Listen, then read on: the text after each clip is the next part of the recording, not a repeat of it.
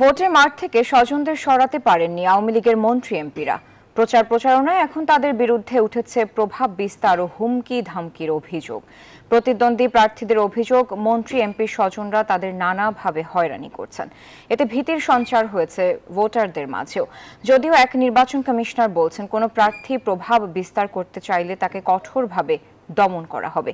প্রতিনিধিদের পাঠানো তথ্য ছবিতে ডেস্ক রিপোর্ট।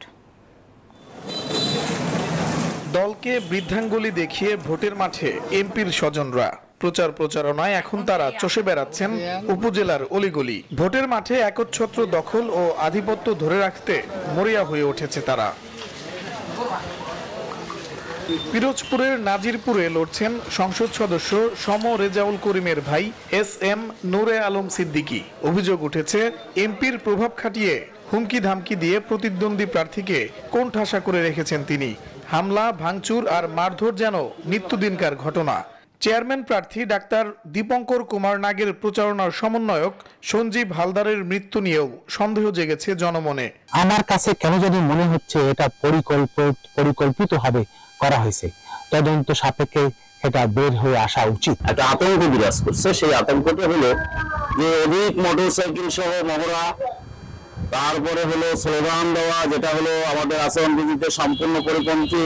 বিষয়টি যখন গোটা উপজেলায় ওপেন সিক্রেট, তখন সব অভিযোগ ভিত্তিহীন বলে উড়িয়ে দিলেন SM নূরে আলম সিদ্দিকী।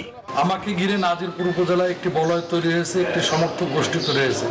আমি তাদের সমর্থনে এবং তাদের উদ্যোগেই আমি উপজেলা পরিষদে চেয়ারম্যান পদে প্রতিদ্বন্দ্বিতায় নেমেছি। এখানে আমার ভাইয়ের কোনো সংশ্লিষ্টতা নেই।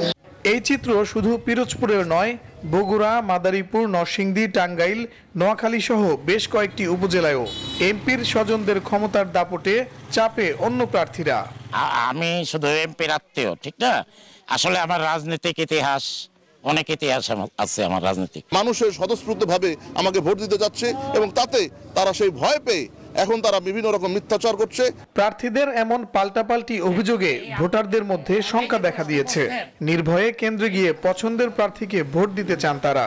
কাকে ভোট দিব এই বিষয় নিয়ে একটু আতঙ্কগ্রস্ত আছে।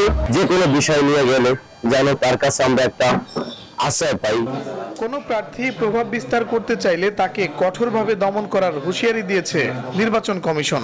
যাদের অসৎ উদ্দেশ্য আছে, ভোট ডাকাতি, ভোট চুরি, পূর্বের জিনিস পুনরাবৃত্তি কোনোদিন এই বাংলাদেশে হবে না।